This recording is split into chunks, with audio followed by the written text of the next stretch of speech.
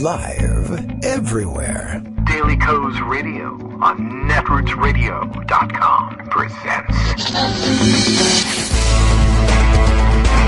David Walton. Kagro in the Morning Show.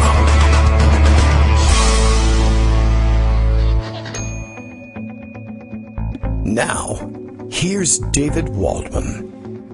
Hey, good morning, everybody. How you doing? It is Tuesday, June 18th, 2019. I'm reading that date very carefully. I don't know if I read the date out yesterday. So it's an incredible tragedy. No one knows what day it is.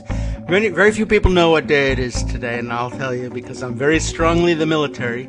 And I am just trying to catch up here today. We had a little bit of a hiccup in getting things started, so I had to play with the pre-show music just a little bit, but I guess everything seems to be working. Justice Putnam gives me the thumbs up all the way from that early morning West Coast. I'm finally baffled, Justice, by your morning signals to me. Usually I catch the references every day. I am lost on this one, so I'm way behind.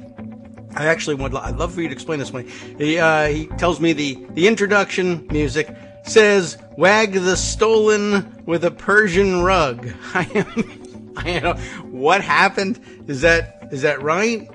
I mean, I get the wag the dog reference, Persian rug, Iran, stolen, STOLLEN, like the pastry, right? Is that what are we talking about here? I missed something today, but it's so easy to miss this sort of thing when everything is blown out of proportion and everything is ludicrous.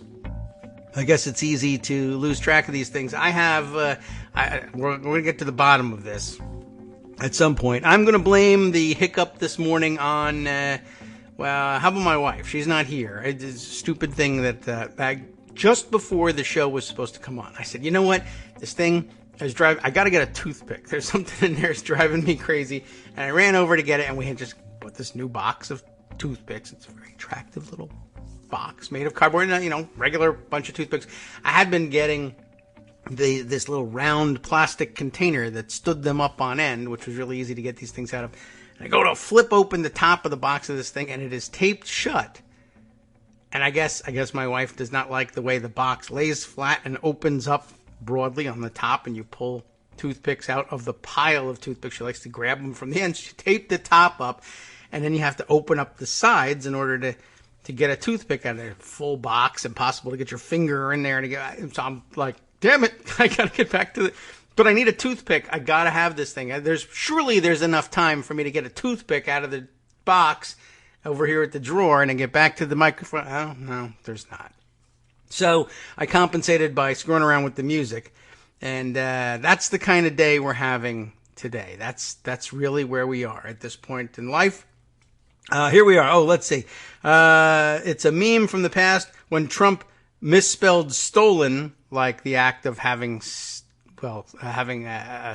something. It steals something, and then afterwards you have stolen it, right? He replaced that. He misspelled it with stolen, the delicious snack treat from Central Europe. Is that what I'm thinking of here? Is that correct? So any saber rattling is called wab the stolen. Okay, I got you now.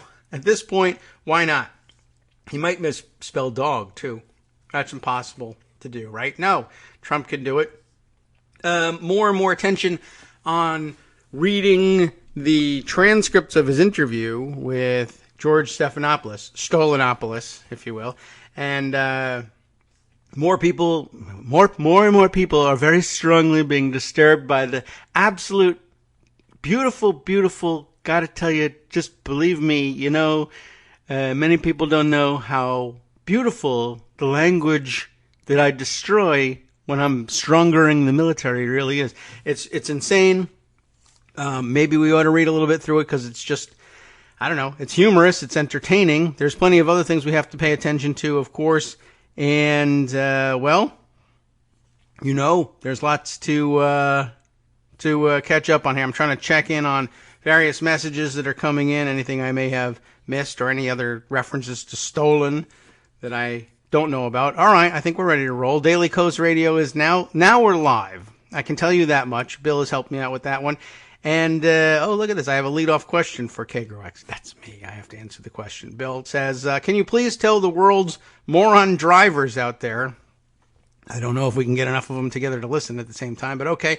Yo, moron drivers, can I please tell you guys out there to stop taking up 2 parking spaces? Thanks. Oh, well, those aren't drivers. They're parkers. That's a totally different situation. And somebody had that brilliant joke about driving on parkways and parking on driveways. So true. So true. That's all I can say in reaction to that. I ran into that just the other day. The other day being yesterday.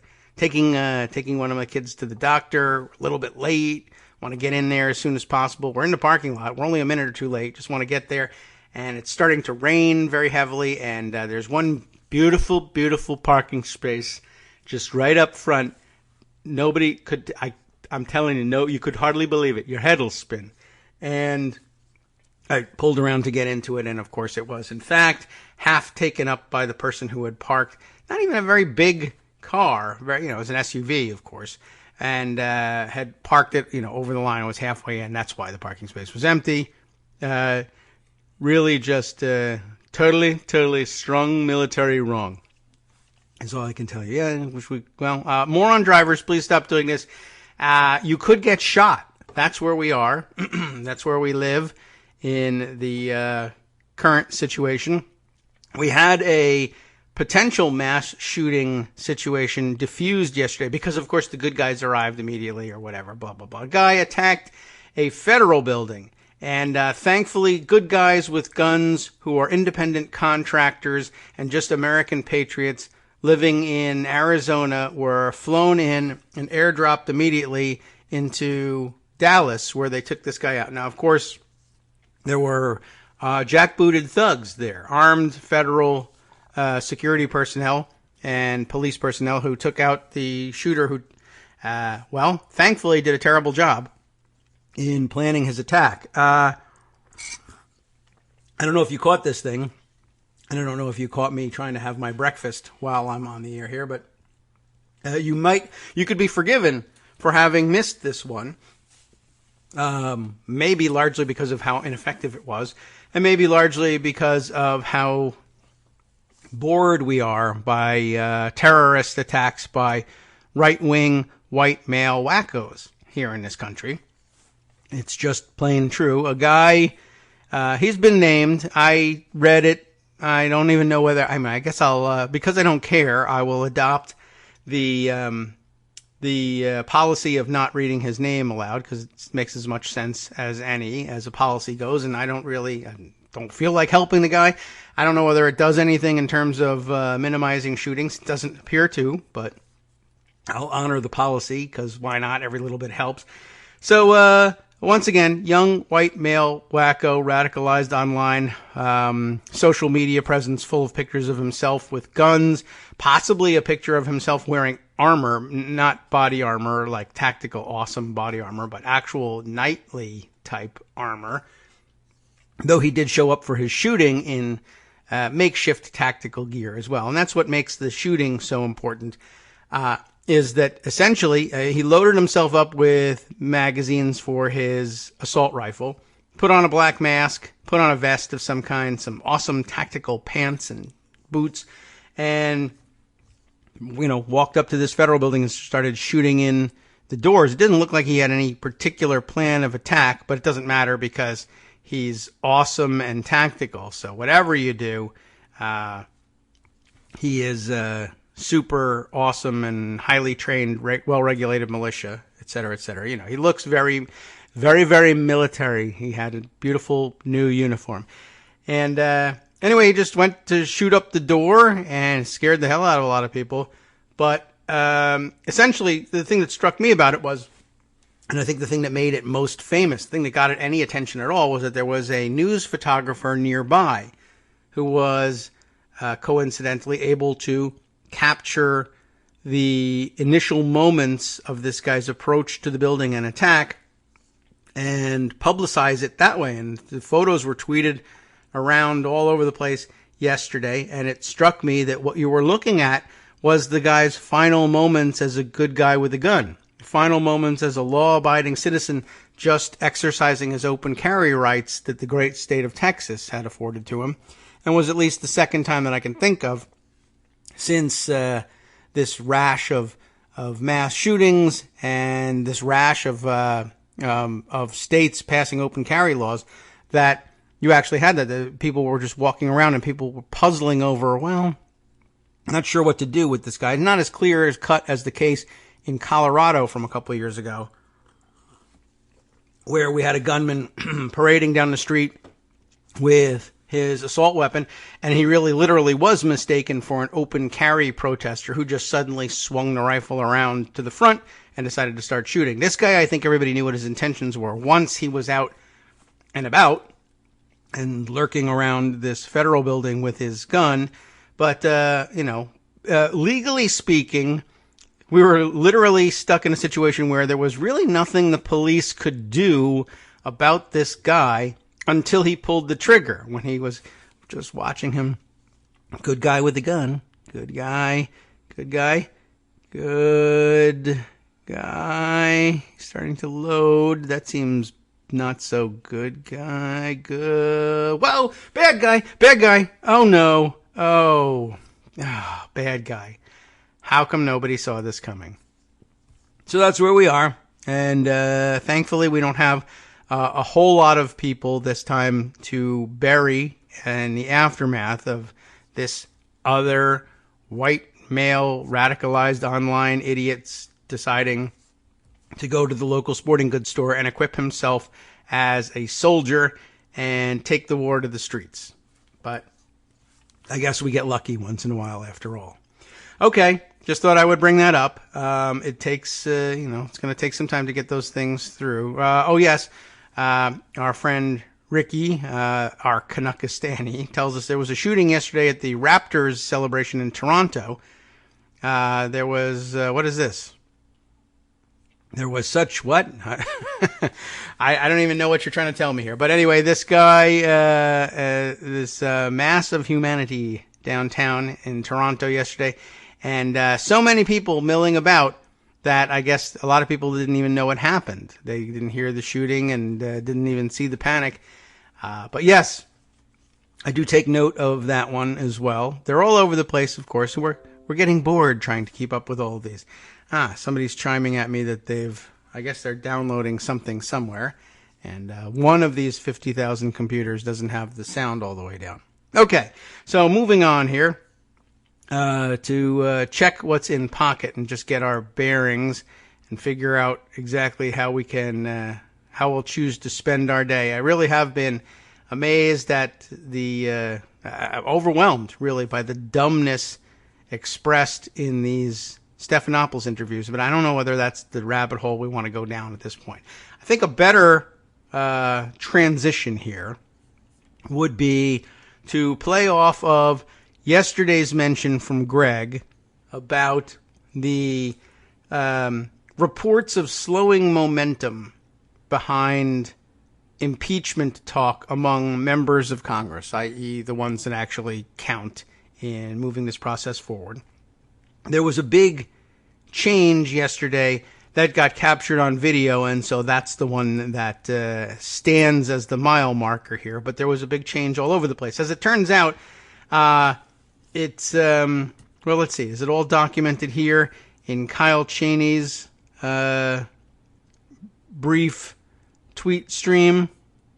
Or no? I think what I saw yesterday was the mention that despite the discussion of a slowdown in momentum, that was in other words, that was the story that Democratic leadership, at least in the person of Nancy Pelosi and Jim Clyburn, to some extent also even Steny Hoyer, would like to portray it this way. The story they wanted written, and they got it largely written anyway, was the story of further expressions of interest in beginning impeachment inquiries among Democrats in the House had stalled, that they had successfully tamped down on things. Sure, some 50 or so members had said that they were in favor of it, but they were going to put a stop to it and have everybody sort of wait in place. And there would be no more mention of it. And I think somebody had chronicled that despite that storyline, that four new members of the House, Democratic members of the House, had declared far more openness, at least, to impeachment and had put it back on the table for themselves since Friday. So since they began working on, let's get this story, let's make the weekend about getting to a point where Monday morning headlines are about, we've put a stop to this trend. And quietly over the weekend, one by one, each of these members, it's one of the things members can do as individual members over the weekend back in their own districts that can kind of stealthily jump ship. It's very difficult to keep the caucus in line, period. And it's more difficult still to keep them in line when they split up and go back to their districts and talk to local newspapers and everything doesn't feed into the central intelligence mechanism of the Democratic leadership. So I have, since I think misplaced this reference to the four members who have made this movement over the weekend, but it doesn't matter, like I said, because it's been replaced with a new narrative. And it was chiefly, I think, driven by Katie Porter putting out a video. Now, there were two Katie Porter videos circulating yesterday, close on the heels of one another. The first one was the one we've become used to from Katie Porter, who's probably put out more of these videos, perhaps second only to Alexandria Ocasio-Cortez in terms of either putting out or having put out for them these videos of their very tough, very pointed questioning in committee of one witness or another. We've seen the Alexandria Ocasio-Cortez ones, somewhat less noticed in all of this are the ones from Katie Porter, but I think she's gaining on Alexandria Ocasio-Cortez. It's not a competition, just thought I'd throw that out there. But she does some really tremendous work, too, and she's far lesser known, I think, which is fine by everybody, probably including her, than AOC. But she's been doing some really pointed questioning in what I guess, is she on the Financial Services Committee? She's got that background, and every time I see her in one of these videos, she's really putting the thumb screws to bank representatives, loan officers, etc., and really squeezing them. And she's not that, she's not overly dramatic about it. But the one I saw yesterday was interesting. She was, I think, asking a representative of either a trade organization or one of the member organizations of a student loan operation, and just basically, but mostly asking them about lending practices and saying, do you, as lenders, do lenders act in the best interest of the consumer? And of course the answer is no. They act in the best interest of the lender, but he doesn't want to say it, and he's trying to be very cagey about it, and she's doing a pretty good job just sort of nailing him down. And just, I almost wish she'd come out and say, it's okay, just say it. I mean, we all know what the real role of the lender is here, and it's to make the most money for the lender, and you should just admit it. But instead, you do this stupid song and dance about how, we try, we disclose everything, and we try to make sure that they make an informed decision. But she's just closing the screws down on him slowly until he basically has to say, all right. I mean, the truth is, we don't have a fiduciary duty to the borrowers. We may have legal obligations to let them know what they're getting into in the smallest type possible. But anyway, it was a good line of questioning, and actually we could probably play it sometime and analyze it just a little bit, but that wasn't even what I was trying to get at. The second video that began to circulate during the day was of her declaration that she was finally ready to consider supporting opening impeachment inquiries into Donald Trump and his activities, and probably everybody around him as well. Kyle Cheney, Politico reporter, picked up on this and noted quite correctly, this is significant. A Democrat from a swing district, and I don't even know that it's a swing district. Somebody else I saw commenting earlier today, I don't know when the comment was made, but I saw it earlier today, pointing out, not even that much of a swing district. Did she take out Dana Rohrabacher? Or is that what we were discussing yesterday? It's a district that really hasn't swung very much. I mean, it's supposed to be sort of swing-ish, I guess, according to demographics, but Republicans have held it for a long, long time. And then she won it. And the video is terrific and a great template for members who imagine themselves in a similar situation where people are going to be reluctant about impeachment, or where they think they've been elected to focus on infrastructure and health care. And we've heard that same song and dance over and over again. And, to some extent it's true. But also other things were happening besides, A, you're winning the election, and B, you're thinking you know exactly how you won it. A lot of people's votes obscure many, many motives. Anyway, Kyle's summation of this is saying it's significant because it's a Democrat from a swing district backing an impeachment inquiry. Porter is one of the party's designated frontline members to defend in 2020. And you'll remember that yesterday's story was about, well, we're doing this for these new members. After all, we can't do anything unless we defend our majority. And that's the primary thing. And what good would it be to impeach the president, especially if the effort dies in the Senate and then we lose the House? We have to defend this majority we just fought so hard to gain. And there is some truth to that. And there's a lot of truth that we do have to defend that majority. The part that we have trouble with is, how do you defend that majority? And I'm not certain that, they have the right formula for that. We kind of have to wait and see about that one. Anyway, Kyle's tweet thread goes on. She's the second frontline Democrat. And again, just to clarify the terminology here, we're talking about these would be the most endangered members that Nancy Pelosi and the rest of the leadership are most concerned with defending in the upcoming election. That she wants things to be as easy for them as possible for their reelection. That's the path along which she sees the best chance of retaining the majority. That makes sense. It's true. Anyway, the point here that Kyle was making was that Porter is the second of these highly vulnerable frontline Democrats. The other being, well, let's click on it because he uses the Twitter handle and not the real name. Tom Malinowski of New Jersey's 7th District.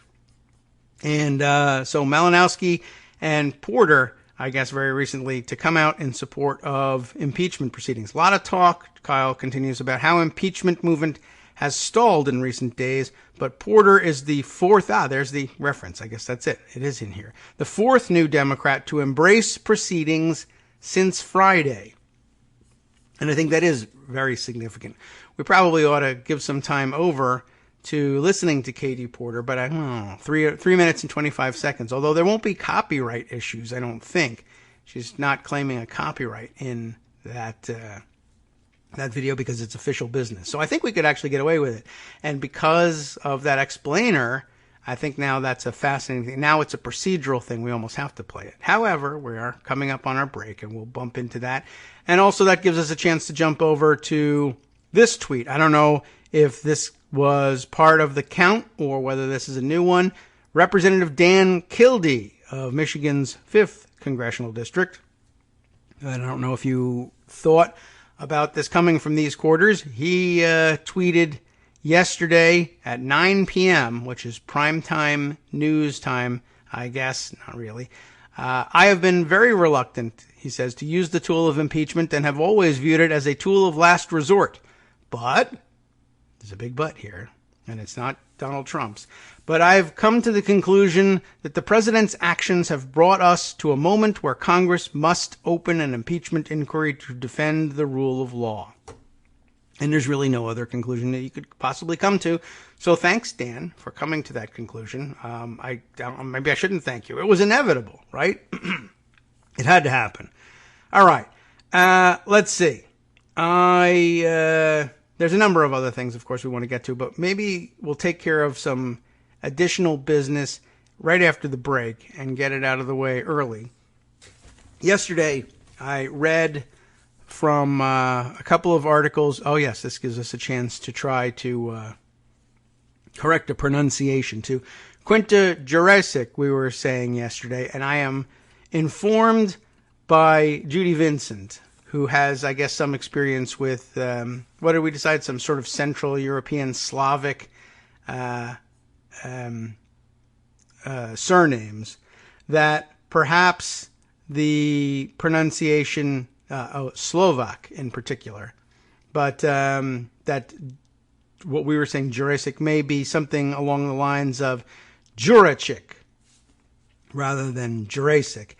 And that's probably true. That CIC, I do recognize that, and I see that that's probably the case. So maybe not Jurassic, but Jurachik, or possibly the Y sound for the J, if they're really purists, which would be closer to Jurachik, which is a little easier to remember. Like, is Quinta a guy? No, Jurachik.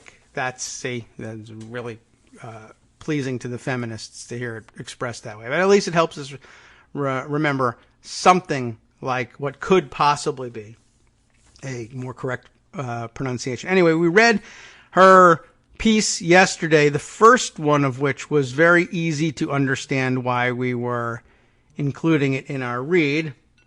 And let's see, which one was that? That was the Nancy Pelosi's argument against impeachment doesn't make sense piece. Easy to understand because, of course, Nancy Pelosi's argument against impeachment doesn't make sense. The second of her pieces, which I read, it wasn't really directly related, but it overlapped in my mind, and I realized halfway through the article, and it was a good one and an important one, that there was some other information missing that would have made the transition easier. So today, after the break, we will add that information, add that background, and then go back to her interpretation of, if you recall, the Take Care Clause of the Constitution, and bring that one back into focus, and I think make it a little bit easier to understand why I transitioned there and why that could be of interest in the days to come. Hi, it's me, David Waldman, your host for Kagro in the Morning, with a brand new interruption to say thanks to all of you who support the show. Remember when I told you that our average monthly donation was about $7, for which you were getting 2 great hours of news and entertainment 5 days a week, and how that came out to about 70 cents an hour? That's a pretty good deal. Except it's wrong. The math actually works out closer to 17 cents an hour. It is hard to beat a deal like that, and even harder to send your kids to college on. Thankfully, Patreon.com makes it easy to make that work. Patreon, Patreon.com, is the simple, secure way to make recurring monthly contributions to support our show. Just search for me or the show name on the site, and they make it easy to crowdfund the show so that the power of our numbers can keep the show going for just a few bucks a month. Once again, thanks so much for all your support.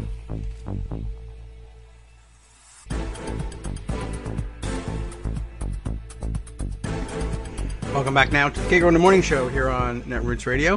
All right, let's see if we can't make some sense of what happened yesterday. We may have to then go back and read over the piece again, but as I recall, the pieces of information that were missing was one, that over the weekend the Office of Legal Counsel had issued another of their infamous memos, this time informing Treasury Secretary Steve Mnuchin, based on some really interesting reasoning, that he, how do we even put it, that he shouldn't turn over the Trump tax records that had been demanded by the chairman of the House Ways and Means Committee, Richard Neal.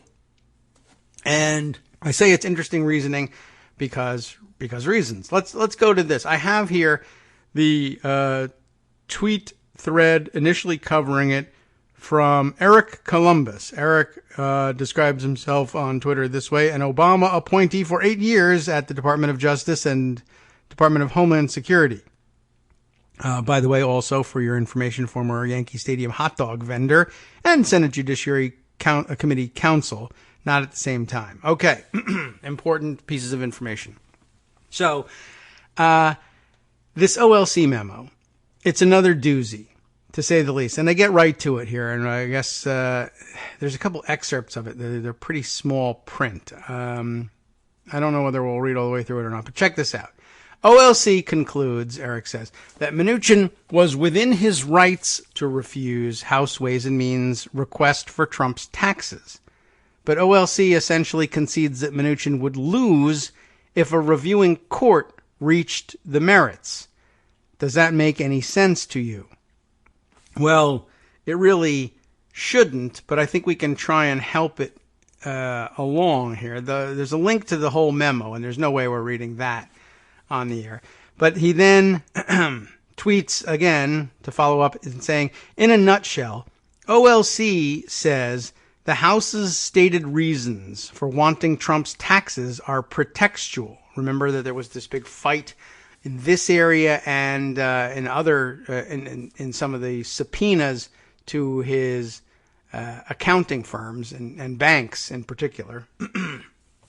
There was this argument that there was no legitimate legislative purpose to the demand, right? So in a nutshell, OLC says the House's stated reasons for wanting Trump's taxes, which they don't even need to give, were pretextual. And while a court wouldn't question the House's motives, what I told you, right, it's okay for Mnuchin to do so. He follows up by saying, the ball is in Chairman Neal's court. Will he sue? Mnuchin could raise standing or justiciability defenses, but OLC suggests that if those defenses don't work, he'll lose on the merits. Yes. Okay. So that's about as nutshelly as it gets. There's an excerpt from the memo here, and it's not that long. And I appreciate that he would point out the key pieces, and maybe we'll read it. But let me give you the rundown so that maybe you can. Sometimes I can't decide whether to give you the rundown first or second. But I think here maybe we give you the rundown first and see if the writing tracks with what I think is happening here. The long story short here is this. The brilliant minds at OLC, and here again, it's important to remember, what is the OLC? What does it do? How is it regarded? Where does it fit in the picture of things? It's not a court. They're usually top lawyers. They're some of the best ordinarily that the government has got. And they do very frequently, again, under more normal circumstances. They're not judges. They're not a court, but they very frequently have come directly from those courtrooms. They are very often Supreme Court clerks, former Supreme Court clerks, or they go on to federal judgeships later on, or occupying the top levels of the Department of Justice. It's a very rarefied area that they're working in there. And so, like I said, they tend to be top lawyers. So much so, and it's so widely acknowledged that they have fingers on the pulse of the federal judiciary, that their memos are given actual legal weight. I mean, remember, just a few weeks ago, we learned that although Robert Mueller was pretty sure that Donald Trump had committed some pretty serious crimes, he wasn't going to be able to charge him with those crimes. Can't indict him because he's a sitting president. Can't indict him because he's a sitting president because there's DOJ policy that says so. And there is DOJ policy that says so because the OLC says that in their opinion, their legal reasoning, they've been led to believe that it would be constitutionally inconsistent to allow it. No courts have ruled directly on that question. And to the extent that they ever address issues like that or stemming from that decision, they cite the policy and the OLC memos as their reason for thinking so. It's about as close as you can come to the same weight as a court decision. They don't do that lightly. And they didn't do that again because usually you take great care to stock the OLC with top legal minds. Even if they are, lunatic Republicans, they're typically really sharp lawyers who can make these cases and defend them. And, I guess sometimes you could say, well, they cheat a little bit towards their own side. And I'm sure people will make the same argument about Democratic OLC appointees. But it seems to me like we're getting further and further away from both sides balancing here.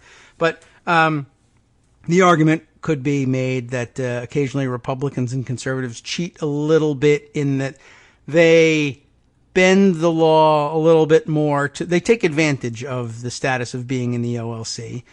And they know that if they stake out bold claims, they also have access to the top federal judges and Supreme Court justices who will eventually either ratify that thinking or accept that thinking. So, I mean, they can stake these areas of the law out and talk to their former bosses and former colleagues and explain to them over lunch somewhere why they think that this is the way the law ought to go. And to the extent that that works, they're able to get validated later on by the federal court system.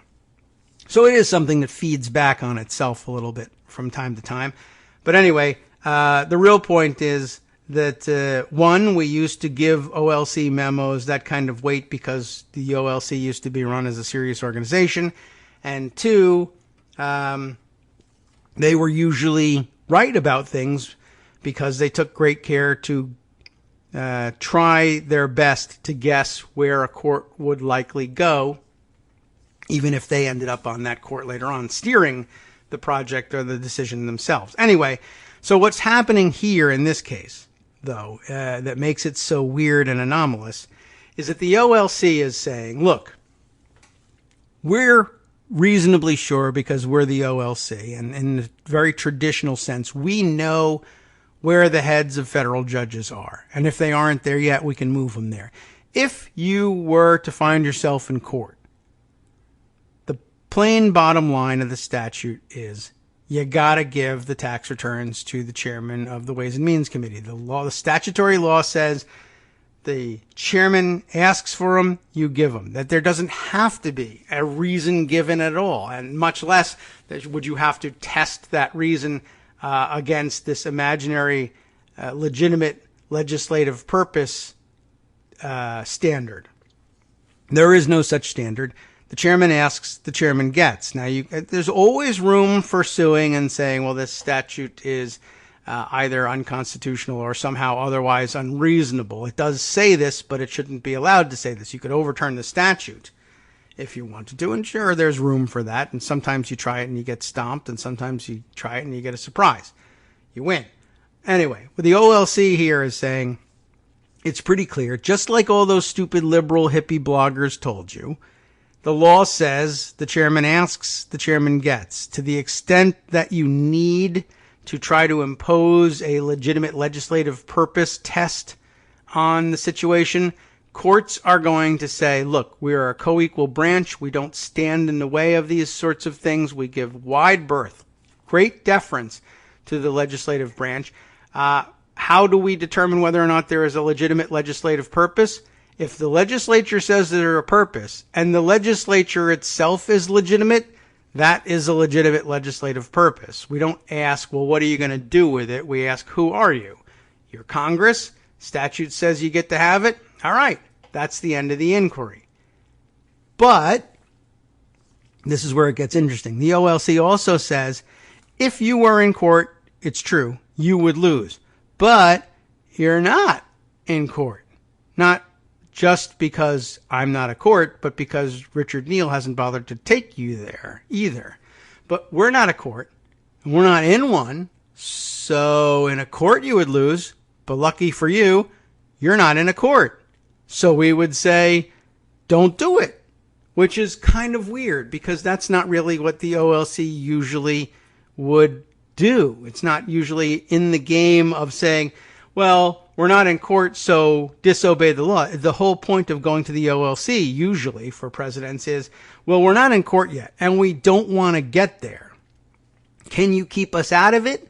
Can you give us an opinion? What would a court do with this, in your opinion? We trust you because you usually either came directly from the court helping write those opinions as clerks, or are about to end up on those courts as a federal judge or maybe even a Supreme Court justice. So what do you think would happen? You can't take hypotheticals to federal courts and ask, what would we do? What would you do if you had this case? Because if you bring the case, it's there. And they don't do advisory decisions in the federal courts. So you go to the OLC if you can, because you're the president, and say, how would this work out if it was a case? And usually they tell you. And then the implication is, so follow this advice. If you were in court, you would lose. Huge. You'd be crushed. Be destroyed. Totally embarrassing. So usually the advice after that is, so you might as well give up the stuff. Give him what he's looking for to avoid going to court and being embarrassed. They had this extra step of, well, like we said, you're not in a courtroom. So if you're embarrassed, at least you won't be embarrassed in court until you get there. So do this illegal thing, or, do this thing that's contrary to how we read the law, because it's not a legal contest yet. That's contrary to the sort of thing you're supposed to get out of the OLC. And it raises a pretty serious question. What's the difference? Who cares if the OLC gives bad advice? Right? Ultimately, they're not the president. They're not federal judges either. They're not elected officials. Does it make a difference if they give you a serious read of the law or not? And does it make a difference if they encourage you to do something illegal? Because if you do this illegal thing, you'll end up in court and you'll be in trouble, and waiving the OLC opinion probably can't save you when it's this obvious. This raises other questions. I don't know for sure whether OLC lawyers take an oath of office. They might. It's high enough of a position that they might actually do that. And I think actually even for White House people, they made a show of it in the Trump administration. I don't know whether that's normal or not, but they may all take oaths of office. And I don't know what their oath is, but the oath I'm interested in is the presidential oath of office. And remember, of course, these folks are part of the unitary executive. What they do, the president does. That's just the way it is. He has to bear responsibility for it. And one of the president's responsibilities, of course, to take us back to yesterday, is to take care that the laws be faithfully executed. So it's troublesome when the advisors, the legal advisors to the president, say things like, yes, the law says X is illegal. Luckily for you, you're not in court, so do Y, because though it's contrary to law and contrary to our opinion about the law, you're not being sued at the moment, and we're not judges, so do what you want to do. You want to murder people on Fifth Avenue? You'll probably get in trouble. Murder's against the law, but who am I to say? I'm not a cop. Go ahead. Is that taking care that the law be faithfully executed? To populate the OLC with those people in the first place and to take their advice in the second? It is not. Just thought I would explain that. So that's an important part of why the hell do we care about the interpretation being given to the take care clause by Robert Mueller or Quinta Jurecic or anyone else for that matter? Well, that's the answer. So I hope that gives it some context. Let's take a quick look at the very small type section of the memo that was grabbed here by Eric Columbus before moving on to another tweet thread about it, and then back to what Quinta was saying in the article we were reading yesterday. I'm not certain where Eric thinks the relevant part begins, but the page 1 starts with a new paragraph here, so we'll start there. The court's decisions in this area. Remember what we're talking about? The legislative reasoning behind asking for the tax returns. The court's decisions in this area rest upon institutional constraints on the judiciary that militate in favor of deference to the decisions of the political branches of government. Okay? Absent a threat to an identified constitutional right, a legislative choice is not subject to courtroom fact-finding and may be based on rational speculation unsupported by evidence or empirical data. That's pretty wide berth. And citing the case FCC versus Beach Communications Incorporated from 1993. See also Trump versus Hawaii, the 2018 case in which the court states, Given the standard of review, it should come as no surprise that the court hardly ever strikes down a policy as illegitimate under rational basis scrutiny. That's the end of that quote. And that's the term of art, I guess. They use that in reference to these sorts of legislative requests. Does it have a legitimate legislative purpose? Well, the test we use here is there a rational basis? It's the easiest test to overcome. Is there a rational reason why they would want this thing? Yes. Is it the same one that they claim in the newspapers? Doesn't matter, as long as it's rational. That's how the courts have always handled these things. Maybe different now, Kavanaugh, Gorsuch, and all that, but up to now, it's been pretty consistent and easy to predict, which is part of what the Trump regime wants to get rid of. They make everything chaos. Also citing Marshall Field and Company versus Clark from 1892, all the way back, deeming forbidden by the respect due to a coordinate branch of government, judicial action requiring a belief in a deliberate conspiracy by the Senate and the House of Representatives to defeat an expression of the popular will. That's the sort of thing that would overcome the rational basis test. In other words, you would have to literally argue that there was a deliberate conspiracy by the Senate and House of Representatives as a combined body of the combined might of Congress out to defeat an expression of the popular will. That's a mighty difficult standard to overcome. But nonetheless, OLC finds a way to do it. Separated from the democratic process, the memo continues, the federal courts are not well equipped to second guess the action of the political branches by close scrutiny of their motivations.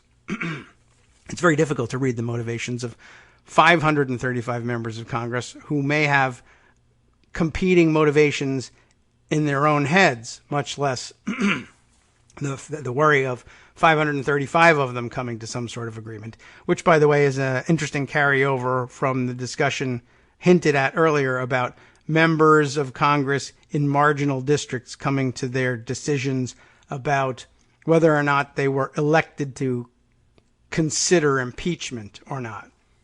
The members who are sure that they got elected because they were moderates, and that must mean that their district is chock full of people who want to hear nothing but health care discussion and infrastructure and have no interest in impeachment whatsoever, as opposed to the possibility, I think much more realistic, that they said, well, at this point in 2018, my preference would be for substantive policy discussion, but if it comes up that you have to impeach the president, by all means, go ahead.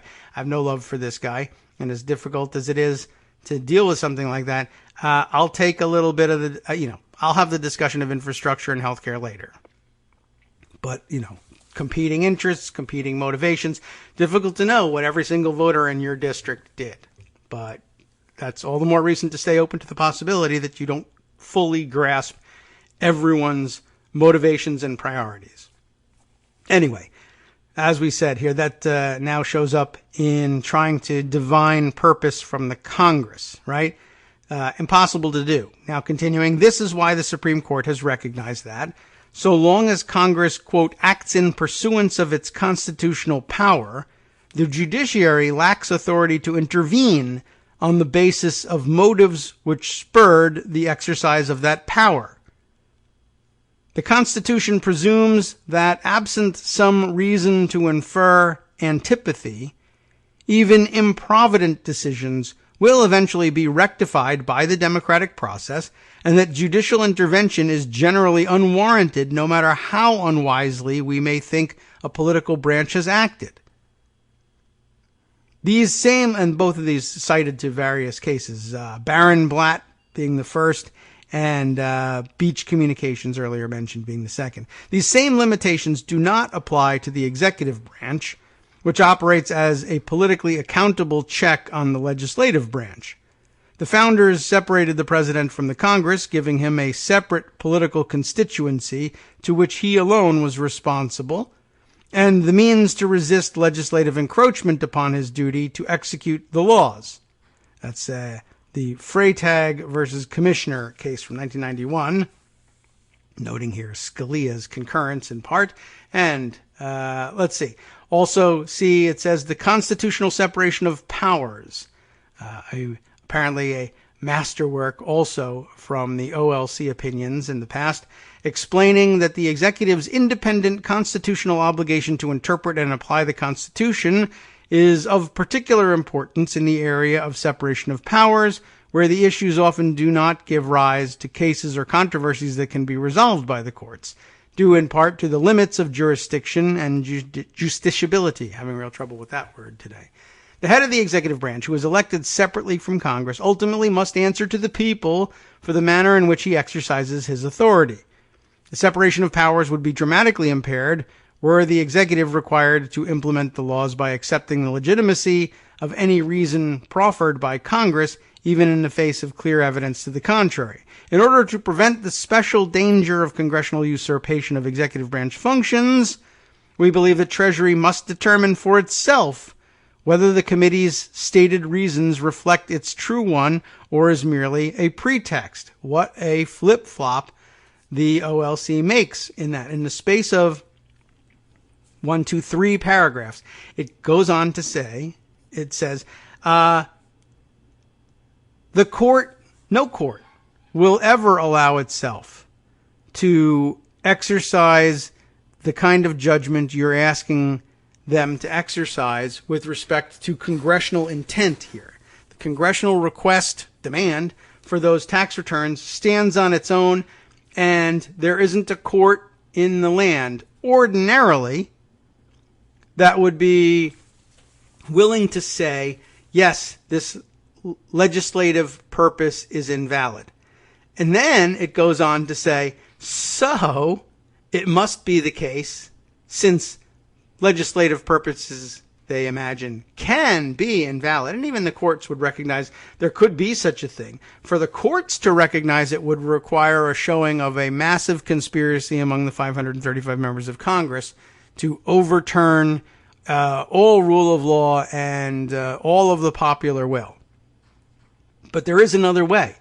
The executive could say, well, the judicial won't do it because they're chicken, but I will because I'm the executive. In other words, they say there must be a check somewhere on the legislative branch, and that check, absent the Article 3 branch, must be the Article 2 branch. How do you check Article 1 on this if Article 3 can't do it? The answer is Article 2. That makes, I guess, a little bit of logical sense. But it's interesting because, well, one, it's a novel concept, and two, it leads you to having to conclude that the way an executive checks the legislature on this is simply by saying, well, that doesn't feel good, so I'm not going to do it. Now, could the judicial branch intervene here and say, that doesn't really work that way. We order you to turn that stuff over. Remember that if you had gone to court, we would have told you that in the contest between the legislative branch and the executive branch on this point of whether or not a stated legislative interest is valid, the legislature wins. It's clear as day. So they say, well, in order to avoid that, we simply won't go to court. Which is not something you can always avoid, of course. OLC says they could sue you. And if they do, you will lose. But in the meantime, do what you want to do.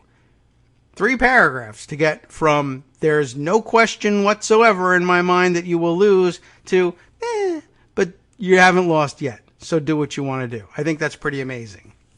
Marty Lederman comments on this in his own, actually now it's mid-sized tweet thread, saying the real shocker in the OLC opinion on the tax return subpoena, the serious threat to Congress's crucial oversight role, and remember we haven't gotten to subpoena on that yet, is not OLC's conclusion that Ways and Means stated justification, that is, we need to investigate how the IRS audits presidents, is pretextual.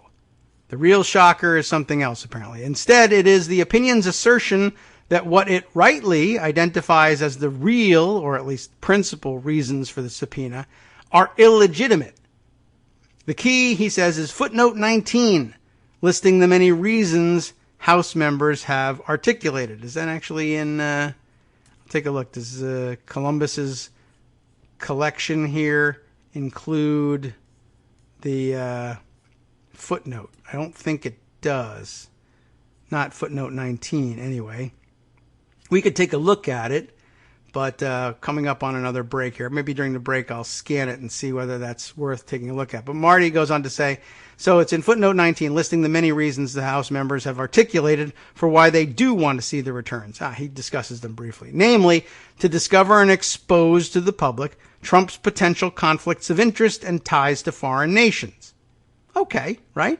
According to OLC, all of the following are illegitimate reasons for the House to obtain the tax returns. It would be illegitimate to help protect against violations of the Emoluments Clause of the Constitution and conflicts of interest, including with foreign adversaries such as Russia. Why would that not be valid? Nobody knows. To make sure the president and his family are not hiding financial ties that could cause conflict in his decision-making. And to gain a more complete understanding of how tax reform will benefit President Trump and his vast business empire. There's more. To help those investigating Russian influence in the 2016 election assess whether the Russians have on Donald Trump, or I guess whether or what the Russians have on Donald Trump politically, personally, financially, or whatever, and help the American people better understand the extent of Trump's financial ties to Putin's Russia, and to assess concerns about recent actions by the Chinese government in relation to the Trump Organization. According to the OLC, because these are the real reasons the House wants those returns, the subpoena is beyond its oversight authorities. How could that be, right? That seems like those sound like the most legitimate reasons you could possibly imagine, but they're all illegitimate somehow, according to this OLC opinion. In this respect, the OLC opinion is of a piece with Trump's brief in Mazars. It's a fundamental attack on the power of Congress to investigate and expose to itself and the public whether and how the POTUS's duty of an undivided loyalty to the public interest may be compromised. There's a bit more. We'll return to it after this short break. Pretty amazing, right? Not for today, it isn't.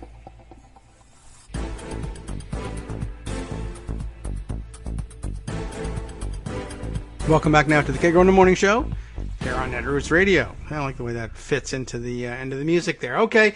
By the way, along the way, Michael Musson comments, this OLC opinion should go right beside the opinion that Mueller can't indict, probably.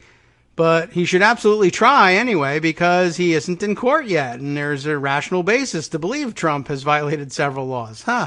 Well, it's an idea. Of course, rational basis isn't the test that you would give to an executive branch official necessarily. That would apply to legislative intent, although I suppose I don't really know what the test is for executive action. It may very well be the same thing, but certainly the part about not yet being in court holds as well. Yes, it's true that there's DOJ policy, and I guess that's the real problem for Mueller here. But yes, there's an OLC memo that says you can't indict a sitting president. But while that would be given great weight in court, I am in a different building right now, and so therefore we'll go ahead with it. It would be, of course, outside of. It's not a part of the constitutional makeup of Robert Mueller, not the capital C Constitution, our document, but his personal constitution. That's not part of who he is and what he does. Maybe it should be, but it's not. It's a good thought, and as such, no one will ever do it. Where we left off with Marty Lederman was he had just listed all of these, I think, very good, very strong reasons for wanting those tax returns, all of which are illegitimate because reasons. It doesn't really state exactly why they would be considered illegitimate. And that's very, very strange. But as he says here, in this respect, the OLC opinion is of a piece with Trump's brief in Mazars, a fundamental attack on the power of Congress to investigate and expose to itself and the public whether and how the POTUS's duty of undivided loyalty to the public interest may be compromised.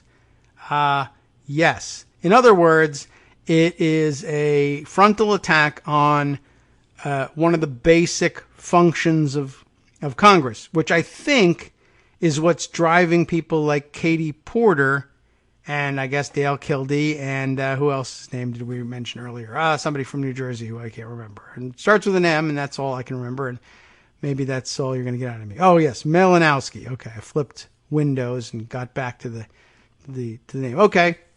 Well, them and 50 others, I guess, are coming to the conclusion. I think people are coming to it once they realize basically this. Well, Nancy Pelosi makes a compelling argument. I could lose my seat. And I'm not just, maybe I'm the kind of person who can rise above that. I don't mind if I lose my seat, but I do mind if Democrats lose control of the House. That would be a bad thing. It's not so much about me, it's about the rest of the country. And there are a lot of people out there who can't afford to live under a Trump administration with a Republican Congress. They're like everybody, basically. There are very few. There's 1% apparently can afford it, and the rest of us can't. So, you could justify it that way and say, it's not about me, it's about the majority. That's true. On the other hand, I think they're coming to this conclusion pretty quickly as well. What is the point of holding the majority if there's no power left to Congress? What can we do here in the Congress? Well, we could make it illegal for the president to do X, Y, Z. Well, no, we can't, because the president just says it's not illegal if the president does it. Well, we could make it illegal for his underlings to do that. Well, no, it isn't, because he can simply order these things. He thinks he can.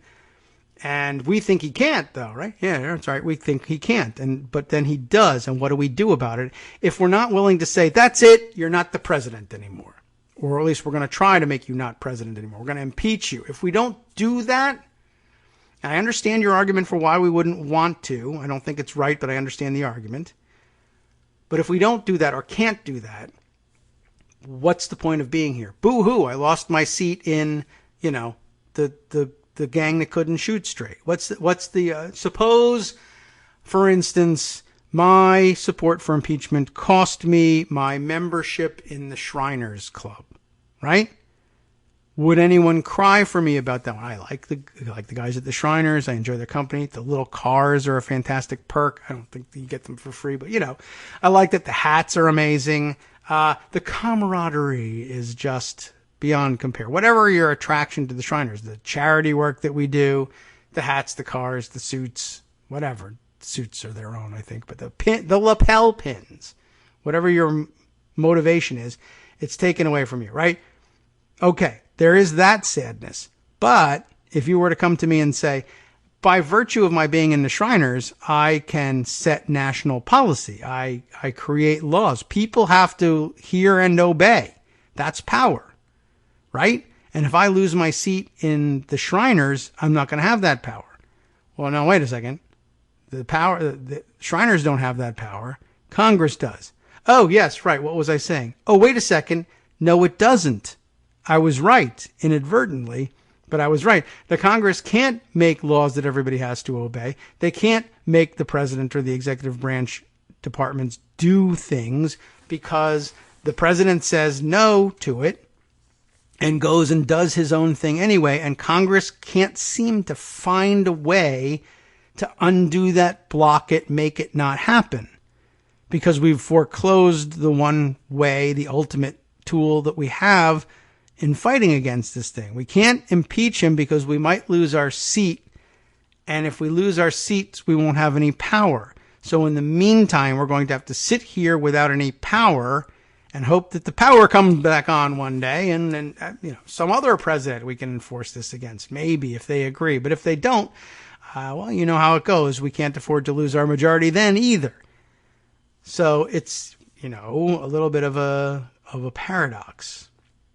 And I think as members come to the realization that there's simply nothing left for them to do in terms of service to the nation unless they stand up for the powers that the Constitution grants them, they say, I reluctantly have to come to the conclusion that, look, either I'm here for a reason or I'm not. And if I'm not here for a reason, who cares if I lose my seat? And if I am here for a reason, it's a dereliction of duty to let those powers be diminished. I owe it to myself. Let's make it about myself for just a second. I came here to do things for people. If you're Katie Porter and you're the kind of person who takes it seriously, that I came here to fight for the people of my district, well, are you going to do it, or are you going to sit by? Is having a star turn in a committee meeting enough for you in a hearing setting? I made a fool out of that guy who was a witness at that hearing that hardly anybody heard anything about, even though I distributed video of it. Is that enough for me? No? Well then, ultimately, eventually, it's going to become clear that unless you do this thing, or at least say you're willing to do this thing, there is no hope for any of the other things that you said you were here for. That's what this is about. So, finishing up with Marty Lederman, he says, I think it's a category mistake to focus upon and defend the Ways and Means IRS oversight justification, about which the OLC is basically correct.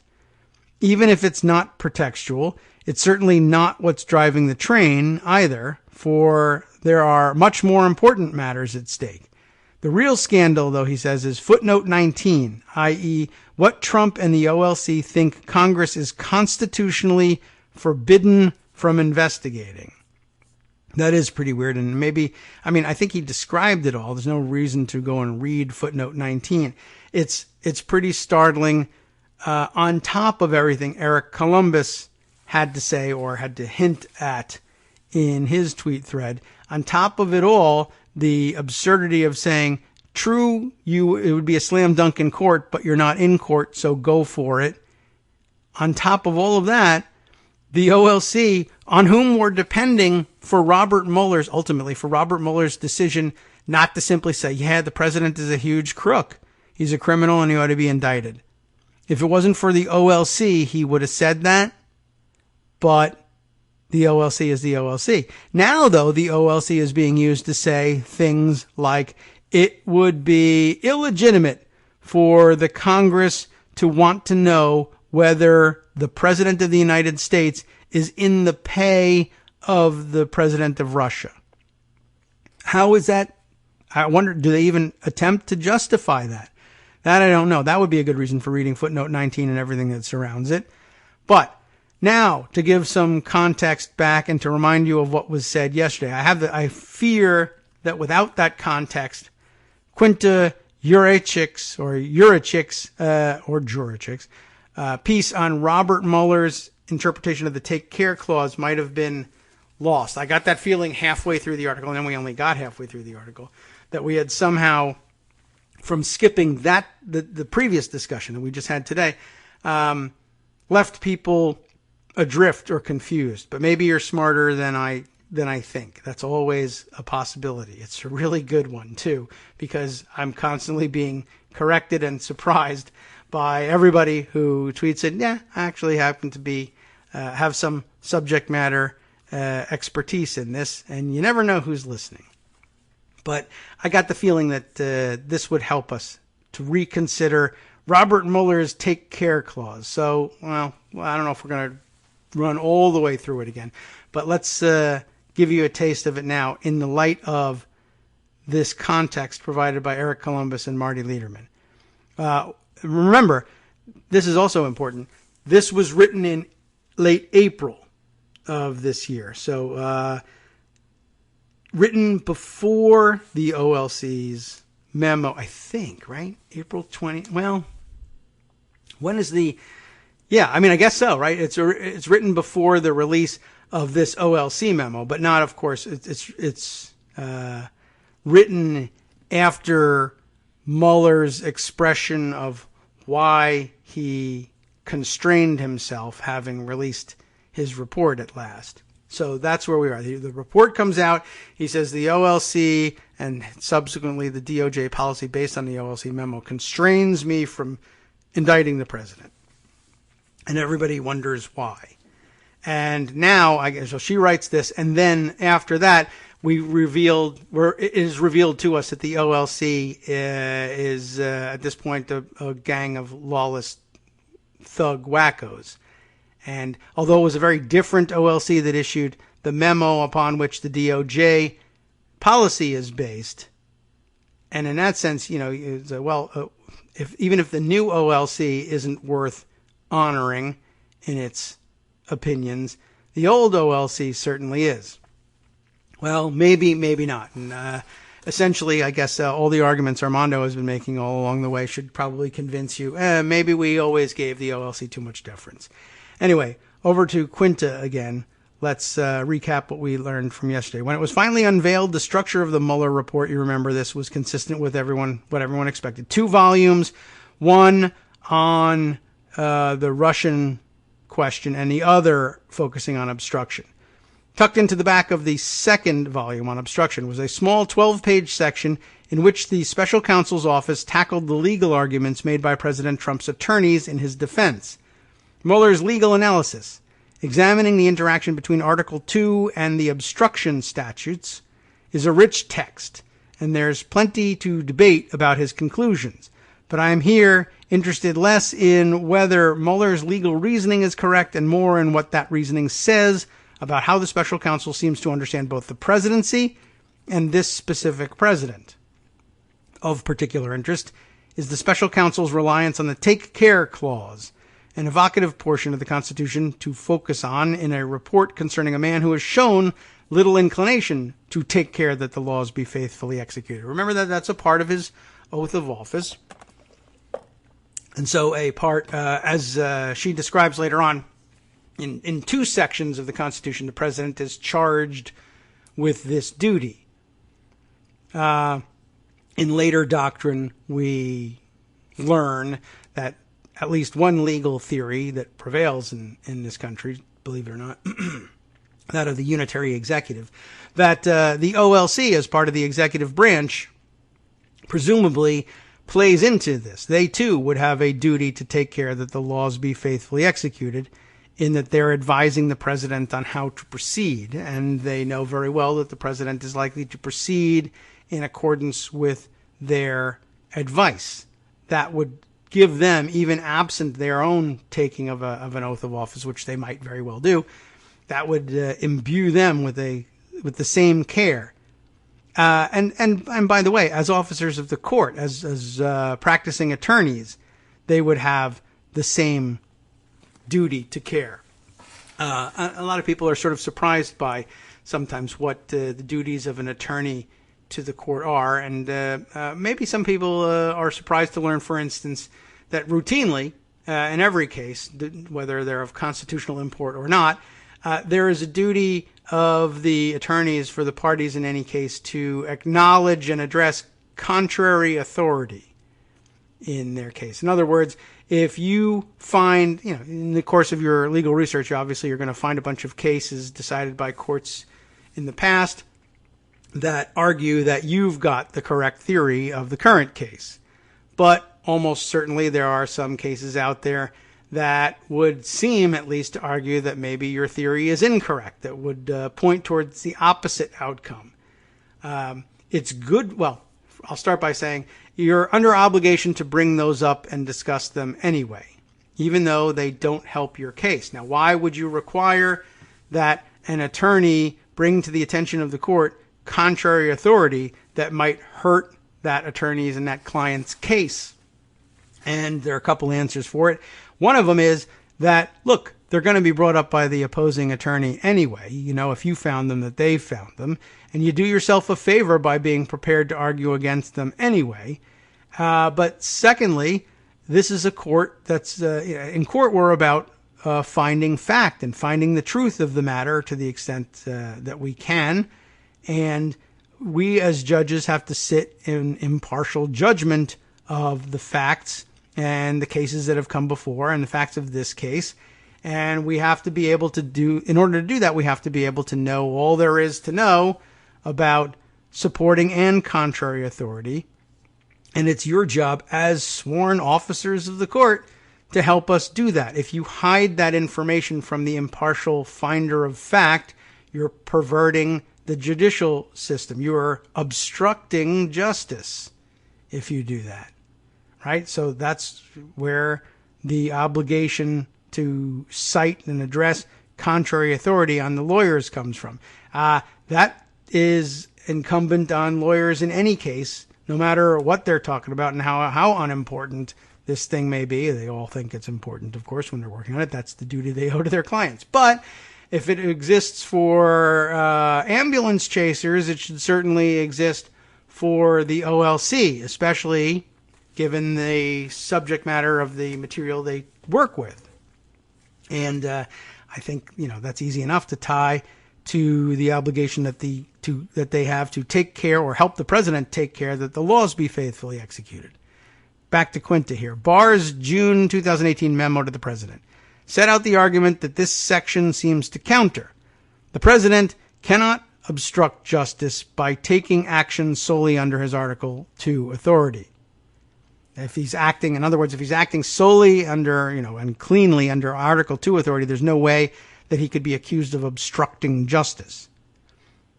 That's the Barr contention. Of course, it doesn't address, at least in this snippet of it, whether the president actually was operating under Article 2 authority or something extraneous to it. But that's the genesis of if the president does it, that means it's not illegal. It's a dispute over how far Article 2 authority actually extends, not a dispute over whether or not legitimate exercises of Article 2 authority can or should be allowed to be chargeable as obstruction of justice. From the Mueller report, it appears that the president's lawyers made a similar case over the course of several letters sent to the special counsel's office.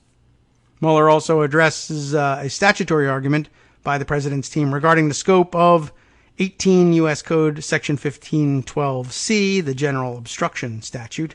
But the real attraction is the constitutional analysis, she says. The Take Care Clause plays a central role in Mueller's constitutional argument.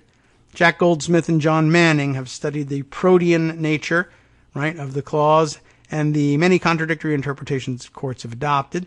Here, Mueller's analysis has some resemblance to the understanding set out by, remember these guys, Andrew Kent, Ethan Leib, and Jed Sugarman, who argue that the Take Care Clause imposes a duty of fidelity on the president. Remember, we were just talking about the president's duty of fidelity, undivided fidelity to the American people in Marty Lederman's thread.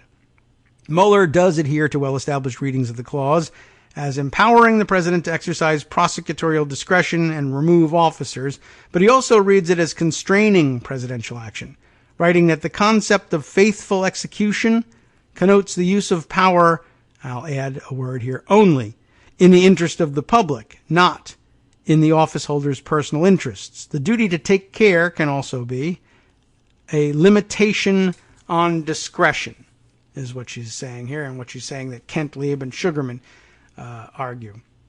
In other words, a norm that usually adheres that a president will avoid taking executive action, even under his Article 2 authority, legitimately, will avoid taking action when it might otherwise appear that his motivations were personal as opposed to public in nature. You would want to avoid taking those actions, even if your motivations really are public in nature. You would have to do a hell of a job explaining it to everybody. It might be necessary, and you might end up having a fiduciary duty to the public to take that action, despite the fact that it may also benefit you personally. But you would have to disclose that and why you did it in order to stay within the norms. However, if all you're looking to stay within is the letter of the law, and only then when you're in court, then I guess you can do all sorts of things. The core of Mueller's argument is that presidential action taken with the corrupt intent necessary for an obstruction offense, absent being the president, of course, and unindictable, by definition violates the Take Care Clause. But it doesn't matter because you can't indict the guy. That's the big problem, right? So once again, presidential action taken with corrupt intent that would ordinarily establish an obstruction of justice charge would also violate the Take Care Clause. Corruptly sets a demanding standard, Mueller writes, and that standard parallels the president's constitutional obligation to ensure the faithful execution of the laws. On this basis, Mueller is able to argue that a general ban on corrupt action does not unduly intrude on the president's responsibilities, Congress's constitutional interest in defining the law and the interests of the judiciary and the grand jury in being protected against obstructive acts weigh heavily against the relatively limited restriction on a president's actions imposed by the requirement that he not act for corrupt personal purposes. And we'll skip down here to that part where she demonstrated the line, in one instance at least, where you would draw the line in trying to figure out, all right, if a president could be charged with obstruction of justice, are there places where things a president might legitimately order under his Article 2 authority, without exceeding his Article 2 authority, that absent the norm against indicting a sitting president, and absent this norm about trying to figure out whether or not it's possible to obstruct justice without exceeding your Article 2 authority, at least technically. If it wasn't for, well, I guess this example illustrates how the right kind of discretion, both by the president and prosecuting authorities, absent any other prohibition, could still land in the same place. You could still get the same thing done and be consistent with your understandings of Article 2 authority and obstruction of justice if this happened. And the example was the real-life example of the 2010 arrests of 10 Russian agents in, as she says here, what became known as Operation Ghost Stories. Right? So 10 Russian agents, sleeper agents, you remember them, Anna Chapman, I think, being among them, arrested by federal authorities. And then U.S. Attorney Preet Bharara, who's all over Twitter these days, was given the job of prosecuting at least some of these cases against the 10 Russian agents. And he finds out in the middle of his prosecution of the case that the president, then President Obama, was considering engineering a spy swap with Russia. We'll give you some or all of these 10 spies back in exchange for people that you're holding in Russia who you claim are American spies. And Bharara had to decide, to some extent, whether or not this note, basically from the president's office to the U.S. Attorney's office, that said, listen, we need you to pursue some plea deals as soon as possible because we have a spy swap in the works, which is undoubtedly, I think he thinks, and he thought that Preet Bharara would agree, and he did, that it's undoubtedly within the prerogative, the Article 2 prerogatives of the president to arrange spy swaps. Of course, for our own peace of mind, we would like to insist that these people be found guilty of their crimes, and we think that they will be under the regular process, but can't we speed things up a little bit and get some plea deals done so that we can get the adjudication of their espionage over with so that they can officially be branded spies, and then we can feel comfortable swapping them for American prisoners, as opposed to saying, well, we're just expelling them from the country and not trying them for espionage. And I guess ultimately you might say, who cares? As long as we get the Americans back, does it really make a difference? But okay, that's the policy preference of the president in this one. So if the president leans on the U.S. Attorney's Office and says, let's get these things done because I'm about to do a spy swap, or possibly that my leverage in the spy swap depends on getting some adjudication of these cases. If we don't try them, the Russians will say they're innocent, and we're not going to swap you the guilty spies that we say are guilty, that we have, for our innocence. That's not a trade. But if you convict them as spies and would otherwise be entitled to hold them forever, or at least for several years, then we would have an interest in swapping with you. So the president says, let's get this stuff done. Does Bharara say, well, technically speaking, you're not supposed to be interfering in the operations of the U.S. Attorney's Office here? Well, yes, he is supposed to say that. That's obstruction. Well, but isn't it not obstruction because it's the president and you can't charge a sitting president with obstruction of justice? Well, that's Mueller's question. It is obstruction of justice. I just can't charge you with it. But absent that policy, would Preet Bharara say, look, my hands are tied. You obstructed justice. That's that.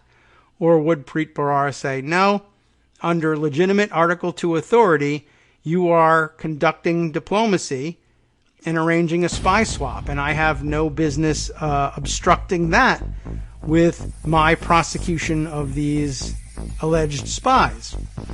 Well, Bharara ultimately determined that the deal that was being proposed was acceptable and just, and worked to obtain guilty pleas before the swap took place. But the Times also noted his team debated what would happen if the office were asked to dismiss a prosecution for less noble reasons. When might that happen? I'll be right back. Hi everybody, it's me, David. Let's change things up from the old fundraising pitch for just a minute and talk instead about how you can be a part of our show. If you've got a smartphone or any other electronic recording device, why not sit down and record a segment for us? Read us an important article and give us your take. Read one of your own original essays, or even just give us your commentary on something you'd like to share that's important to you. Then send the file to me at kagrox@gmail.com, and I'll try and work it into the show. Short segments, a few minutes in length, are easiest to fit in. And of course, I can't always guarantee that I'll be able to play everything, but if you've ever shouted at your radio or TV about something you wish was being covered, here's your chance to change that. Make the show your own. Send your submissions to me at kagrox@gmail.com.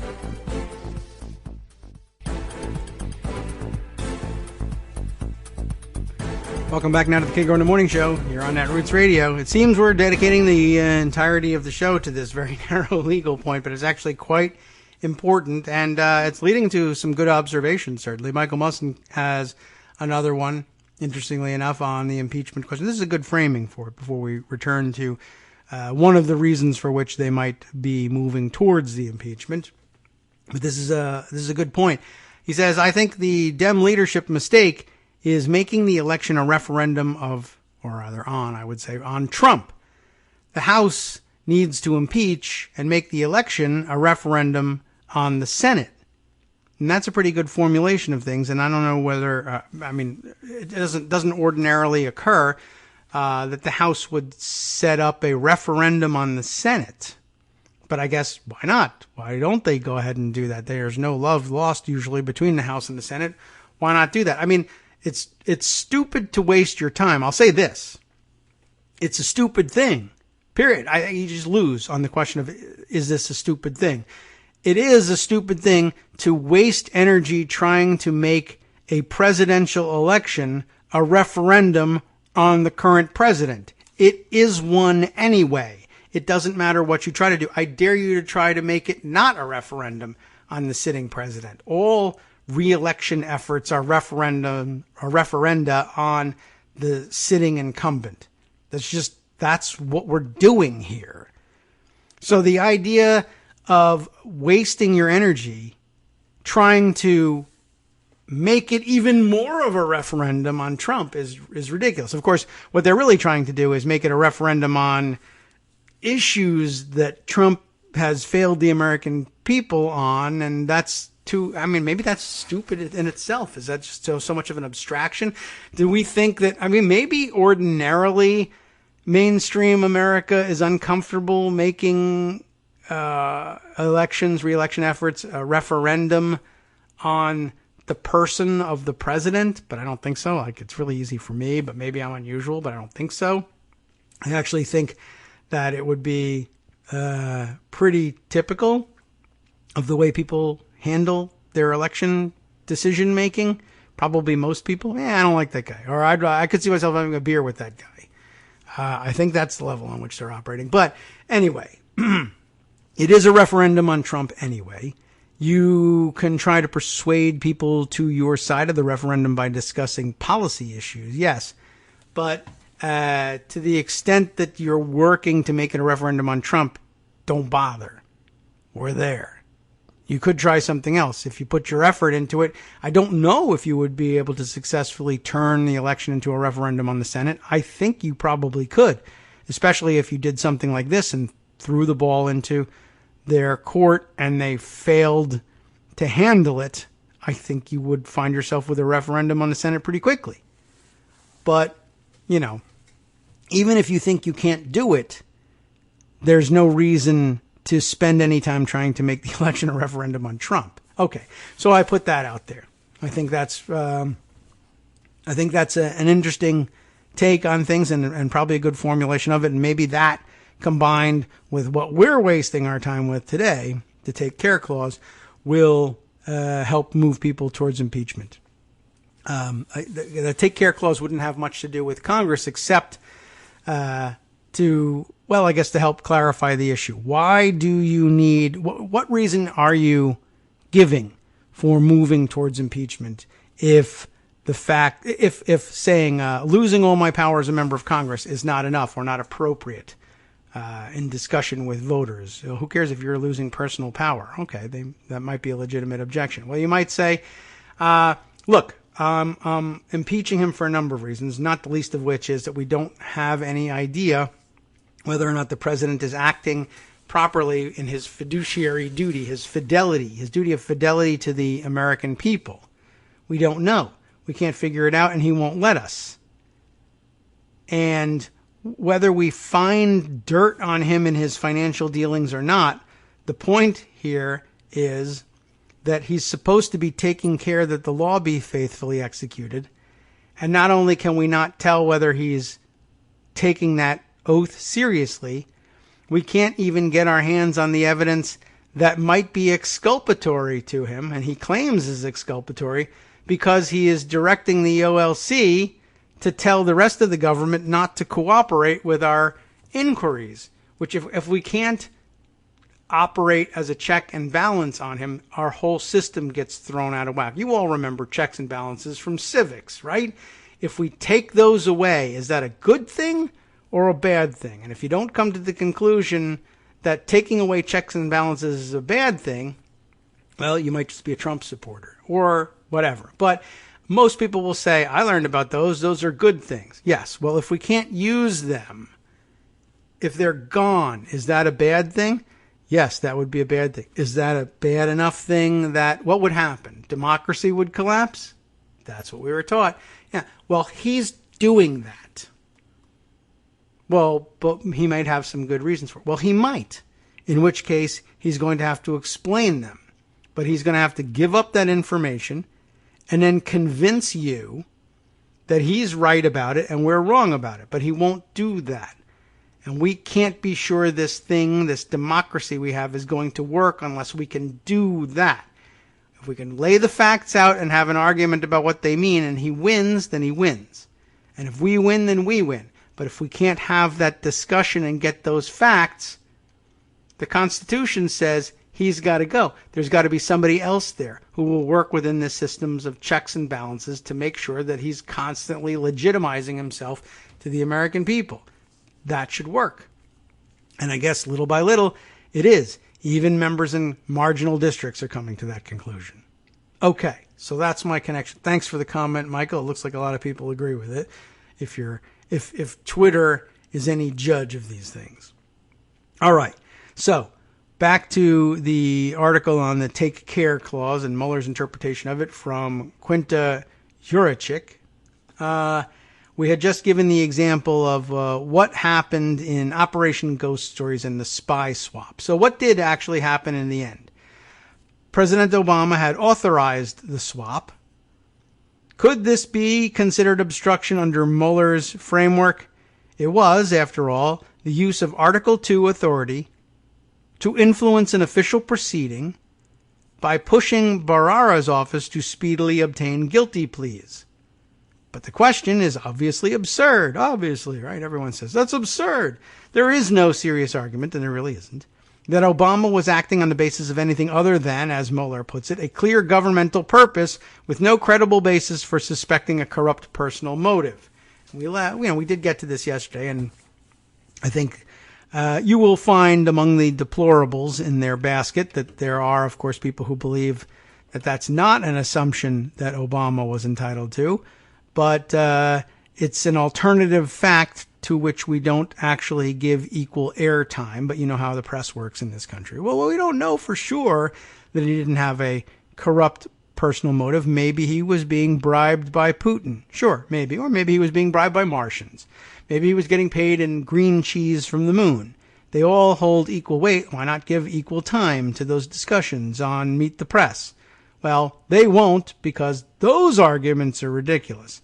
But the one with no basis, at least no evidence that points toward it except the rantings of QAnon, that one somehow is entitled to equal airtime for some reason under our current rules. But okay, the reality is that most people know, and the way it used to be back in the day before all norms were thrown out the window and LOL, YOLO, and M, the next part of the article goes on to discuss, well, the normal state of things is one in which the American public and the American political bodies,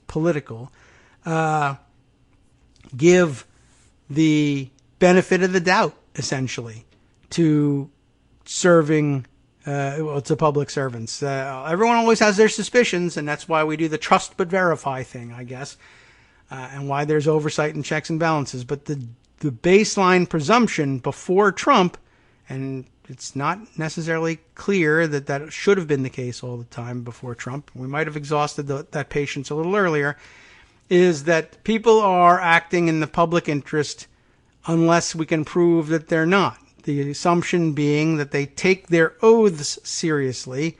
That's why we administer them. I mean, some people think that that's old-fashioned. There's no real reason to believe that people are going to live by their oaths. Well, if there isn't, then let's stop administering them, because otherwise it's just a stupid show, right?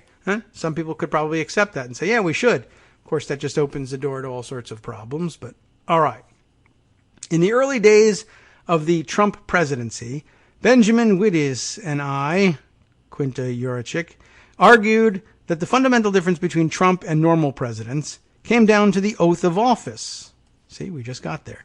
Trump, we said, could not be trusted to uphold his, not the least because he had shown little or no ability to understand what it would mean to faithfully execute the office of the President of the United States and preserve, protect, and defend the Constitution.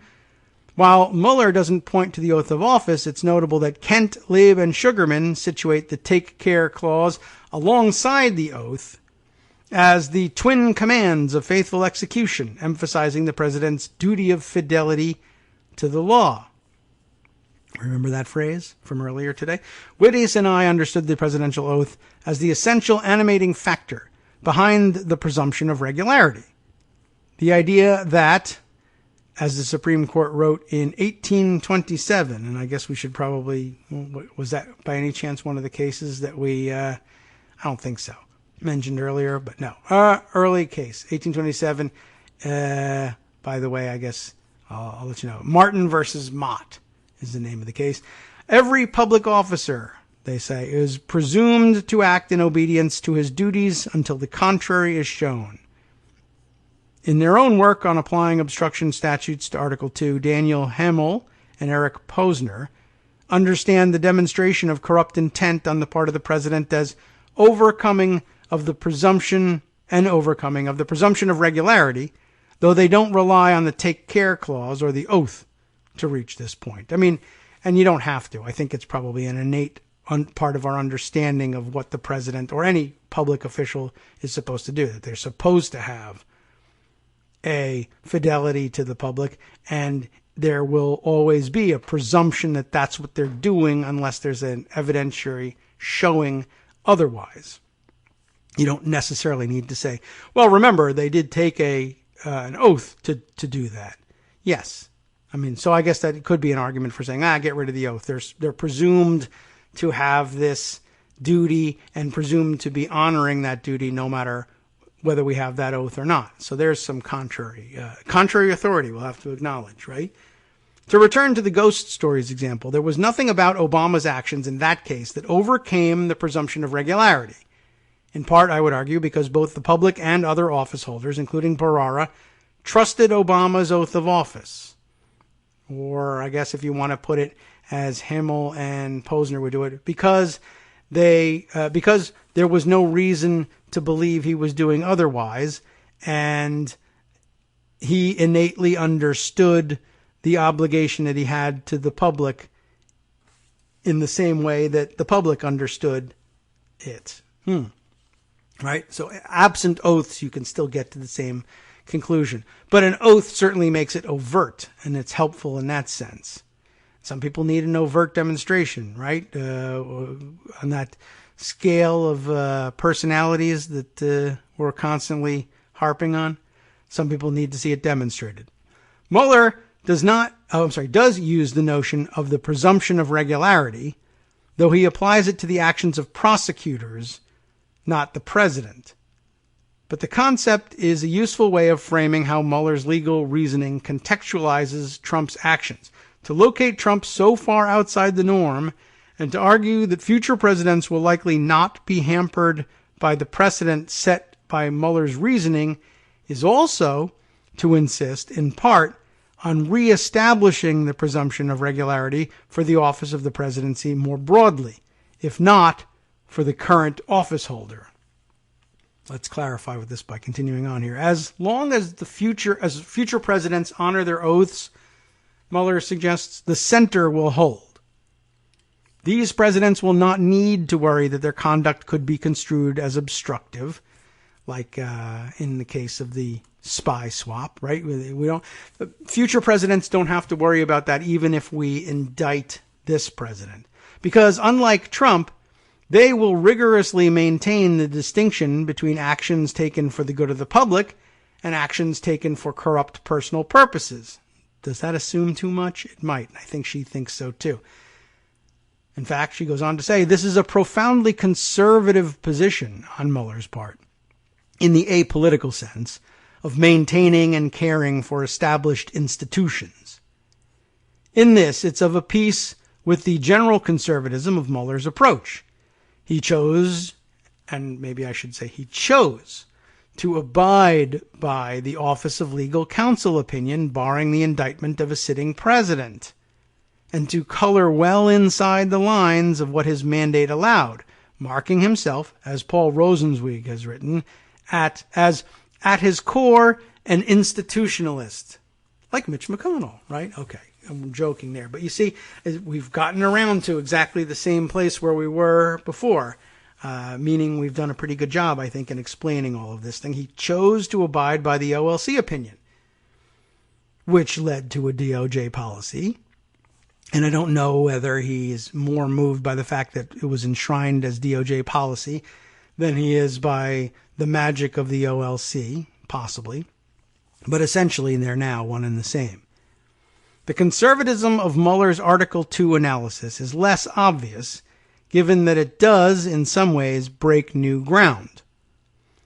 But his focus on the take care clause suggests that the problem undergirding the chaos of the past few years is rooted not in some failure of the constitutional structure, but in the person of Donald Trump. Yet, in making the normative case that Trump's presidency will remain an aberration, Mueller also seems to be making a prediction. He suggests that there will be no more presidents as particularly unsuited to the office as Trump, or at least that they will be few and far between. God, I hope so. Specifically, he writes, the obstruction statutes will not overly chill the president's exercise of Article 2 duties. In other words, they won't interfere with things like spy swaps, right? Because investigations of the president will be rare and occur only in highly unusual circumstances. You can see where she's getting skeptical of this, and so are you.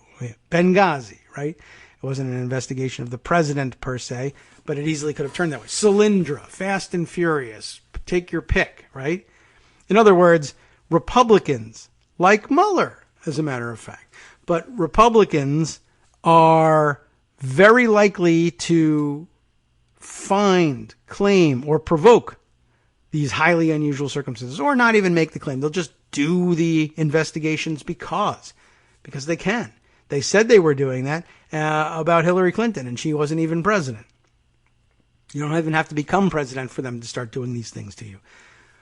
She continues by saying, but this will be true only, that is, that investigations of the president will be rare and occur only in highly unusual circumstances. This will be true only if the majority of other presidents act in good faith rather than following Trump's model. I would go further and say this will be true only if the majority in Congress isn't Republican. But I think she was reluctant to say so. I feel freer. In arguing that investigations of the president will remain rare, Mueller notes that prosecutorial action enjoys a presumption of regularity. And in this case, he's saying basically prosecutorial, like outside, Department of Justice, U.S. attorneys, special counsels, investigations of the president will be rare. And he has a slightly better argument there than he does in saying that investigations in Congress will be rare. And I don't know that he would even claim to have been discussing those because, of course, I'm sure he understands and acknowledges that Republicans in Congress are wackos and they'll do this on their whim and nothing else. And he has seen them do it. But he's talking about the professionals, the pros in the prosecutors' offices. They are not, and that's true. They're relatively rare, certainly rarer than congressional investigations. But then think about how many special counsel and independent counsel investigations we've had over the past couple of decades. It's been an anomaly. For the rest of the history of the country, it was pretty rare. That's true. Is it the information age that's driving this? Is it the tribalization of politics that's driving this? Is it both? Is there a third or fourth or fifth factor involved in this? Probably somewhere along the line, yes. But anyway, we get too far afield here. In arguing that investigations of the president will remain rare, Mueller notes that prosecutorial action enjoys a presumption of regularity. And I guess he might even go so far as saying, well, it's interesting. Would congressional action enjoy the same presumption of regularity? It might not. But yet, as we were discussing earlier in the program, in the courts, it would, or at least whether there's a presumption of regularity or not, they would say, well, the legislative purpose is what it is. It's what they say it is, and we can't look any further into it than that. So, maybe we find ourselves in the shoes of the OLC at some point later on. Leave that possibility open. Things are weird, right? What is it? Where you stand depends on where you sit, Greg always reminds us. So, continuing on here. That is, law enforcement, not Congress, which isn't the law enforcement branch. Remember, the Trump people argue, right? Law enforcement can be trusted not to embark on tendentious obstruction investigations into official presidential acts because law enforcement officials will occupy the same moral universe as the president. Well, maybe. There is a mutual presumption of regularity. Law enforcement accepts the president's oath, and the president accepts that law enforcement will understand when it is obviously absurd to begin an obstruction investigation into an action taken in good faith. Consider Barrara's conclusion that the Ghost Stories spy swap was consistent with the interests of justice. That's a good example. A bad example would be the president gets elected and says, it's my prerogative to pursue outright overt political union with Russia. And I'm undertaking that in good faith, and it would be obviously absurd to begin an obstruction investigation into my acting to prevent people from stopping my officers from sharing sensitive intelligence with Russia directly, let's say. Would that be okay? Could you say, you can't prosecute my Secretary of State for espionage for giving away the identities of all of our undercover CIA agents in Russia and their regular habits so that you can find and eliminate them by whatever means necessary? Because, after all, partners in a political union would not be spying on one another. I consider our political union complete, and now the CIA, if operating inside Russia, would be operating domestically and therefore illegally, And so we need to put a stop to that. And it's our judgment that the best way to do it is to hand it over to the authorities on the ground closest to the situation to put a stop to it. And it's not espionage and not murder and not treason for me to do this. And I want to stop that investigation. And I think the least of your problems at that point would be deciding whether or not it's obstruction for the president to stop those investigations. But for the sake of working out the hypothetical, I guess you could try and make that argument. But absent an announcement of overt political union as the intent, then it's just outright suspicious looking and walks, talks, and quacks like an espionage duck.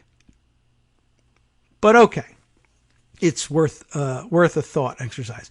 No one would accuse Mueller, the article concludes, of being naive. I think people have done that. Yet it seems very sanguine under the administration of a man who derides former civil servants at his own Justice Department as traitors and scum to imagine that the country could return to a place of mutual understanding between the president and law enforcement. That's a good point. To say nothing of the public. In 2017, the Daily Caller published a piece falsely suggesting that the spy swap, that one we talked about before, Operation Ghost Stories, that the spy swap was orchestrated not for the good of the public, but in connection with a Russian payoff to then Secretary of State Hillary Clinton. Yes, so she's right. It's no longer a hypothetical that right-wing lunatics would come up with some way of claiming that what Preet Bharara saw as legitimate and in the interests of justice and an exercise well within the boundaries of Article 2 authority as something extra legal and suspicious instead. Where was there evidence? Nowhere. So the presumption of regularity prevailed for the time being. But there it is. Easy step. As an actor within a system founded on the presumption of regularity, perhaps Mueller has little choice but to assume that regularity on the part of the president. Assume that regularity on the part of the president. But the extent to which he's bound by this assumption underlines the fragility of the system as a whole. Just one more way at the same conclusion here. Finally, winding up here, writing about the oath of office, Wittes and I wondered whether Trump's oathless administration was the beginning of a profound institutional change to the presidency and our expectations of it. Mueller's answer is that it is not. The risk is that his view may be not just conservative, but overly optimistic as well. And that is finally the conclusion of this piece and of this discussion at long last. We actually got around to it before the show closed out entirely, although I'd love to explore some of this earlier writing that you did with Ben Wittes about this and find out whether we find it worth its salt. But interesting. Yeah. Is there a profound institutional change to the presidency and our expectations of it? Mueller answers that it's not. The New York Times frequently answers that it is. He's challenging the norms. He's challenging the way things are done in Washington, D.C. These are the sorts of euphemisms that they come up with all the time. Let's see. One last comment here from Michael Musson, maybe the last listener who's lasted all the way to the end of the show. I don't know. But the Mueller argument doesn't work as well regarding Guantanamo detainees and extrajudicial trials. Regular? And that wasn't even Trump. That's true. A good point. And I mean, I think a lot of people would go beyond what she says here and would be willing to accuse Mueller of being naive. I think it has happened, and I think we know the people who have done it. And I think they were right to do it, too. I think he's very often he has been and will continue to be caught by surprise by the audacity of Republicans, both in office and as part of the mechanism outside of it. Like, let's say, for instance, the people from the Daily Caller who would publish this piece falsely suggesting that the Operation Ghost Stories spy swap was actually conducted in connection with a Russian payoff to Hillary Clinton. Gee whiz. It couldn't be clearer. Okay, lots of other stuff that we didn't get to today. We have, of course, the balance of the week.